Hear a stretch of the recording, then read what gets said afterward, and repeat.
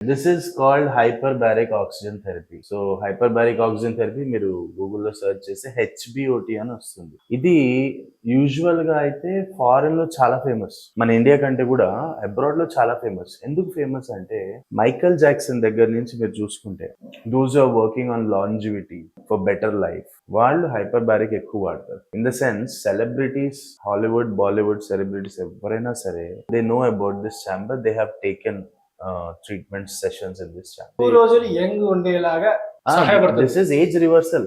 ఆ age reversal ఎందుకు ఈ వయసులో కూడా అందరు యంగ్ గా కనిపిస్తున్నారంటే ఇట్లాంటివన్నీ చేస్తుంటారు. ఎందుకు? Simple concept. What is oxygen? Oxygen is life. Oxygen is life.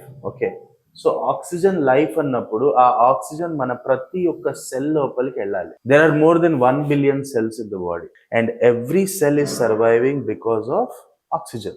మరి ఈ ఆక్సిజన్ అనేది ప్రతి సెల్ కి ఎలా డెలివర్ అవ్వాలి? రక్త సరఫరా ద్వారా డెలివర్ అవ్వాలి. ఎప్పుడైతే మనకి heart problems, kidney problems, liver problems, sugar, high BP ఇవన్నీ plus vitamin A deficiency, iron deficiency, zinc, B12, magnesium ఇవన్నీ డెఫిషియన్సీస్ ఉన్నప్పుడు, స్మోకింగ్, ఆల్కహాల్, తంబాకు, జర్దా, పాన్ మసాలా ఉన్నప్పుడు, లేకపోతే టైంకి నిద్ర లేదు, టైంకి ఫుడ్ లేదు, ఎందుకు అంటే స్ట్రెస్ కావచ్చు, ఆటో ఇమ్యూన్ డిసీజెస్ కావచ్చు, వాట్ ఎవర్ ఇట్ ఈస్, మన బ్లడ్ సర్క్యులేషన్ అనేది మూసుకుపోతా ఉంటుంది. మూసుకుపోయినప్పుడు ఆ కొన్ని ప్రదేశాలకి బ్లడ్ సప్లై అనేది జరగదు, ఆ పార్ట్ వీక్ అవుతుంది, ఆ వీక్ అయిన పార్ట్ లోనే డిసీజ్ గా మారుతుంది. That is the story. Okay, so any disease is because of the obstruction or blockage. ఆ పర్టికులర్ ఏరియా వీక్ అయిపోతుంది వలన అక్కడ మనకి డిసీజ్ అనేది స్టార్ట్ అవుతుంది. త్రూ దిస్ ఛాంబర్ రక్త సరఫరా లేని పార్ట్ లో కూడా మనం ఆక్సిజన్ ని డెలివర్ చేస్తాం ఎక్స్టర్నల్ గా త్రూ ద డివైస్. కరెక్ట్. ఎలా ఈ డెలివర్ చేయడం వల్ల ఏమైనా రక్త సరఫరా లేని భాగంలో కూడా ఆక్సిజన్ డెలివరీ అక్కడ ఆ సెల్స్ అని మళ్ళీ రిజువినేట్ అవుతాయి. So this is rejuvenation therapy.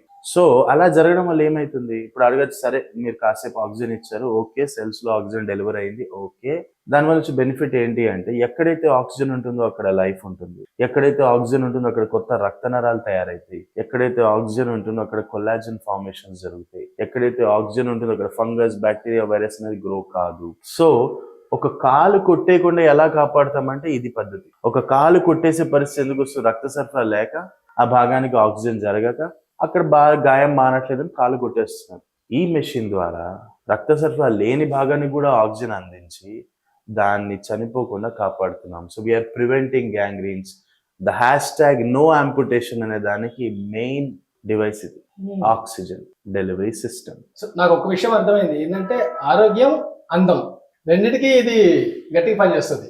Start అయింది అందం గురించి, ఓ స్టార్ట్ అయింది ఏజ్ రివర్సల్ గురించి. ఓకే, సో ఇది ఎక్కువ వెల్నెస్ సెంటర్స్ లేకపోతే సెలబ్రిటీస్కి ఎక్కువ, మా పేషెంట్స్కి మేము వాడడం అనేది సర్జన్గా నేను ఒక్కడనే ఇది చేస్తున్నాను for the whole Andhra Telangana. Okay, so బేసికల్గా ఏజ్ రివర్సల్ బ్యూటీ కోసం వాడే ఇంత పెద్ద ఎక్విప్మెంట్ ని, దాని యూస్ కేస్ ని పేషెంట్స్ కి వాడుతున్నాం because my patient should become so good. Got it.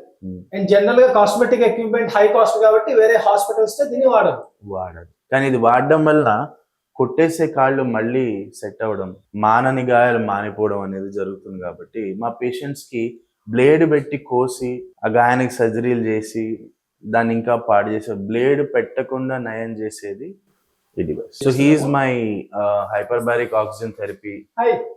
He is my only technician. He is well trained in North India and she is his assistant. So he is completely trained and certified for this hyperbaric oxygen therapy. Doubt ఏంటండి doctor, ఇప్పుడు ఈ session చేస్తున్నాం ఆయనకి, ఎన్ని సెషన్లు చేయాలి లేదా ఒకసారి చేస్తే అవుతుందా? దాని ఎఫెక్ట్ ఎన్ని రోజులు ఉంటుంది? ఇప్పుడు ఒక హాఫ్ అన్ అవర్ దాని సేపు చేస్తున్నాము, దాని ఎఫెక్ట్ ఎన్ని రోజులు ఉంటుంది?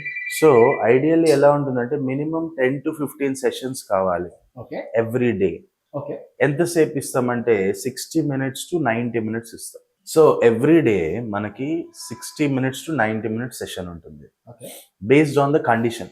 కాలు కొట్టేసే పరిస్థితి ఉన్న వాళ్ళకి ఒక టైమింగ్, ఒక ప్రెషర్, కాలిపోయిన వాళ్ళకి ఇంకొక టైం, ఇంకొక ప్రెషర్, చిన్న చిన్న పిల్లలు ఆటిజంతో లేకపోతే ఇంకా వేరే న్యూరోలాజికల్ కండిషన్స్ వాళ్ళకి ఒక ప్రెషర్, ఒక టైం, అందం కోసం వచ్చే వాళ్ళకి అంటే వాళ్ళు ఫిజికల్ గా ఫిట్ గానే ఉన్నారు, they just want for wellness, అలాంటి వాళ్ళకి ఒక టైం, ఒక సెషన్, ఒక period. So it varies based on the condition, case కి కండిషన్ బట్టి, సివియారిటీ బట్టి.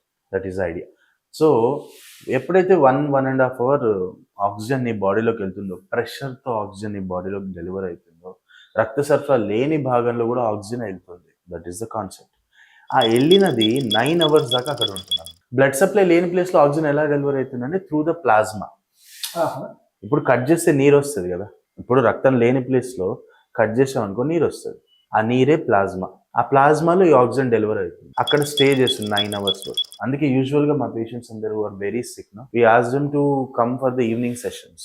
ఈవినింగ్ సెషన్స్ వచ్చి తీసుకుని ఇంటికి వెళ్ళి పడుకున్నారు అనుకో, ఆ 9 hours ఆక్సిజన్ బాడీలో ఉండి హీలింగ్ జరుగుతుంది. ఎందుకంటే నైట్ టైంలోనే గ్రోత్ ఫ్యాక్టర్స్ ఉంటాయి, నైట్ టైంలో గ్రోత్ హార్మోన్స్ రిలీజ్ అవుతాయి, so body improves at night. So healing happens when you're at rest, mentally and physically.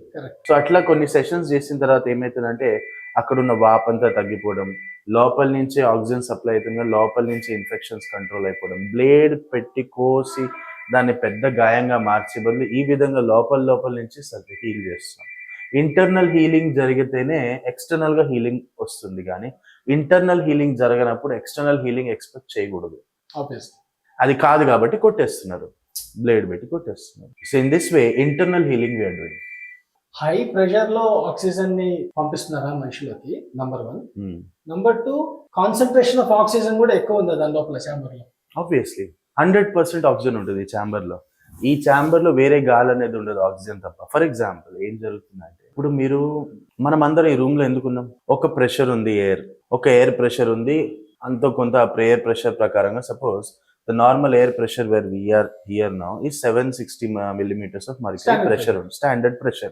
ఆ 760 millimeters mercury pressure ఉన్నప్పుడు ఇన్ని రకమైన గ్యాసెస్ ఈ ఎయిర్ లో ఉండిపోతాయి, దాంట్లో ఆక్సిజన్ అనేది 20% లో ఉంటుంది. ఎప్పుడైతే మనం సముద్రం తీరాన్ని వెళ్ళిపోతామో, సముద్రం నుంచి కొండల వైపు వెళ్ళిపోతాం, అంటే అబౌవ్ హై ఆల్టిట్యూడ్స్కి వెళ్ళిన లదాఖ్ అలాంటి ప్లేసెస్ కి మనం వెళ్ళినప్పుడు ఏమైతుందంటే అక్కడ ఎయిర్ ప్రెషర్ అనేది తగ్గిపోతా ఉంటుంది. ఎయిర్ ప్రెషర్ తగ్గిపోయేసరికి ఆక్సిజన్ కాన్సన్ట్రేషన్ కూడా తగ్గిపోతుంది. అందుకే చాలా మందికి ఆయాసపడతారు, breath issues.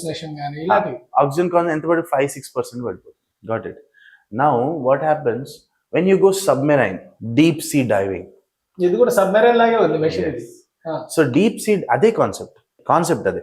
So deep sea diving వెళ్ళినప్పుడు, బాగా లోతుకి వెళ్ళినప్పుడు సబ్మెరైన్ లో జనాలు వార్ అట్లాంటి కండిషన్ చాలా హై ప్రెషర్ ఉంటుంది. సో నార్మల్ అట్మాస్ఫియర్ కి ప్రెషర్ కి ఇంకా 3, 5, 6 times అంత డీప్ ప్రెషర్ ఉంటుంది. అంత ప్రెషర్ లో నువ్వు ఎలా సర్వైవ్ అవుతున్నావు? అన్ని రకమైన గాలి పీల్చవు, కేవలం ఆక్సిజన్ పీలుస్తావు. అందుకే మీరు సబ్మెరైన్ లో ఉంచేసే పీపుల్ ఎవరైతే ఉంటారో, నేవీ వాళ్ళందరూ, వాళ్ళ ఫిజిక్స్ చూడండి. They are so fair skin, they are so healthy, they are so strong build. ఎందుకంటే వాళ్ళ బాడీలో అణువులో ఆక్సిజన్ నిండిపోయి ఉంటుంది. అదే కాన్సెప్ట్ లో ఇప్పుడు మన పేషెంట్స్ కూడా ఆక్సిజన్ డెలివర్ అవ్వాలి హై ప్రెషర్ లో. సో నార్మల్ అట్మాస్ఫియర్ ప్రెషర్ కి ఈ లోపల ఉండే అట్మాస్ఫియర్ ప్రెషర్ కి 3 times ఉంటుంది. ఇక్కడ మీరు గమనిస్తే 1.5, 1, 2, 2.5, 3, 3.5, 4, ఈవెన్ 580 అట్మాస్ఫియర్. అంటే 760 millimeters mercury into 5 into 3 based on the condition. Right.